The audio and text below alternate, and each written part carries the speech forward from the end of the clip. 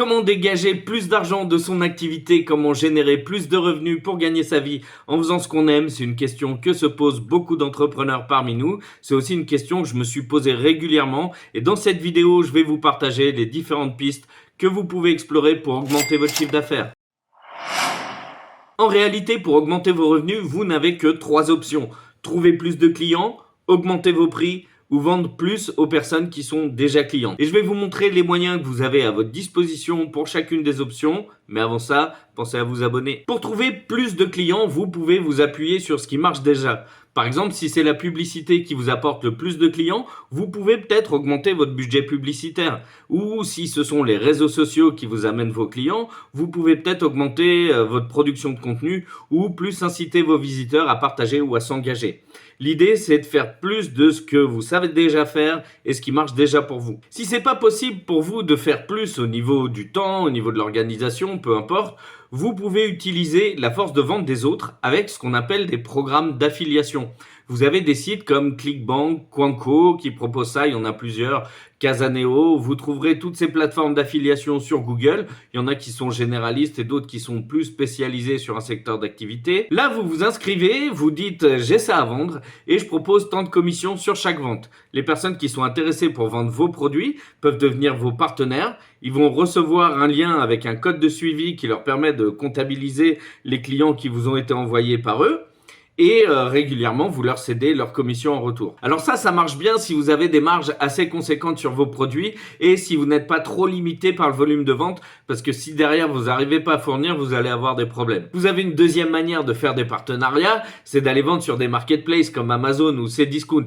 Là, vous pouvez augmenter votre volume de vente en profitant du trafic de ces sites, mais au lieu de payer un affilié, c'est à la plateforme que vous allez reverser une commission. Et enfin, le dernier levier que vous pouvez utiliser pour trouver plus de clients, c'est d'étendre votre marché. Pour ça, vous pouvez diversifier votre offre et vous adresser à une cible de clientèle plus large, ou alors vous pouvez vous étendre géographiquement. Si vous vendez par internet, c'est relativement simple d'aller tenter de se développer en Wallonie, en Suisse romande, à Monaco ou au Québec, parce qu'on y parle aussi français. Et puis après vous pouvez aller voir plus loin, mais là ça va demander souvent un effort sur la traduction de vos supports marketing et puis une bonne connaissance des lois hors Europe si vous allez faire du commerce en dehors de l'Europe. Ça, c'était pour l'acquisition de nouveaux clients.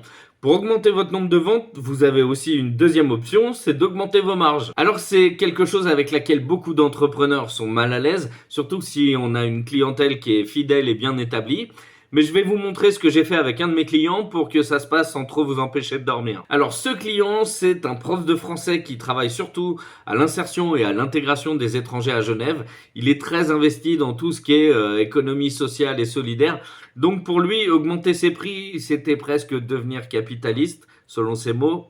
Sauf que les meilleures intentions du monde, ça paie pas les factures. Donc la première chose qu'on a faite, c'est d'évaluer la valeur qu'il apporte à ses clients et de situer son offre par rapport à la concurrence. Parce qu'en réalité, en plus des cours de français qu'il donne, il organise tout un tas d'événements gratuits, des soirées jeux, des concerts, où il permet à ses élèves de rencontrer des personnes francophones.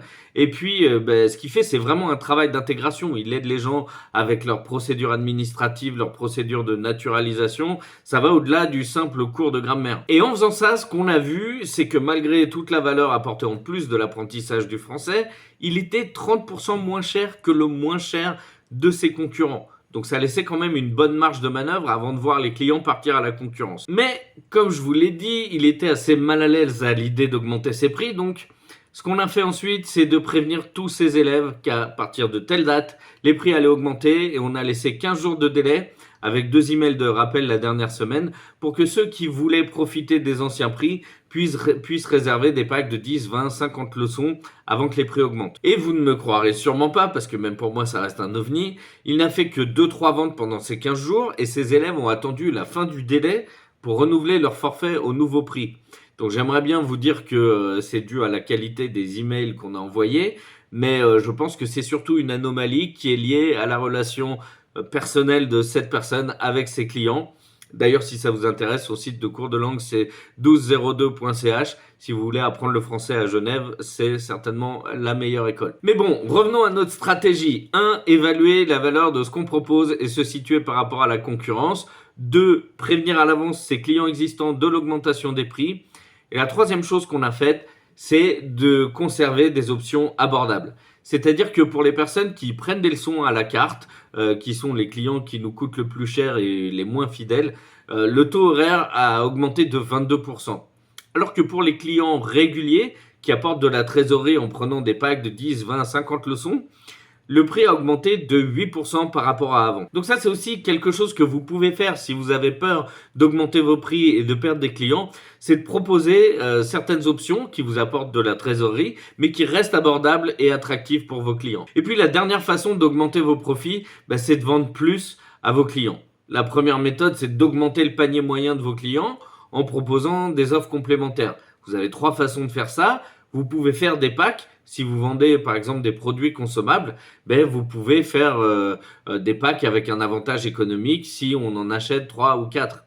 Et puis, si vous vendez des produits qui sont complémentaires, là vous pouvez aussi les associer avec une petite ristourne en faisant des kits complets. Mais vous avez une deuxième solution pour faire ça sans réduction, c'est ce qu'on appelle le cross-sell, où vous allez faire des suggestions de produits complémentaires quand votre client ajoute un produit à son panier. C'est ce que vous voyez souvent chez Amazon quand ils vous disent « Ah, vous avez ajouté ça à votre panier ».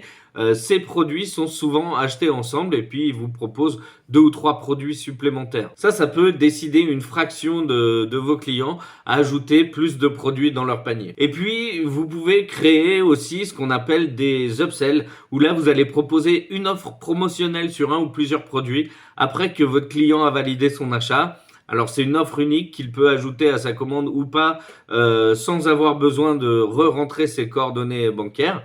Vous voyez ça souvent chez McDo, quand une fois que vous avez validé votre commande, ils vous proposent voulez-vous ajouter un café à 1 € avec votre commande. Suivant les solutions que vous utilisez pour héberger votre site ou votre boutique, vous avez les options pour intégrer les upsells assez facilement. Et puis si vous utilisez WordPress ou Shopify, vous avez des plugins qui vous permettent de faire ça très bien. Donc ça vous permet d'augmenter le panier moyen de vos clients, mais vous pouvez vendre plus à vos clients existants aussi en augmentant la fréquence des achats.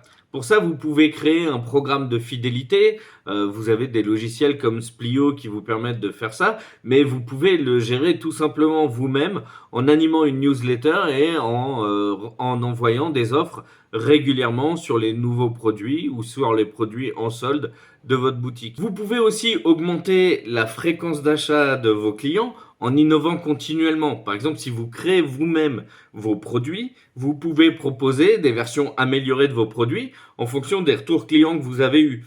C'est la méthode Forvec avec leur Thermomix, extension à la 6e ou 7e version.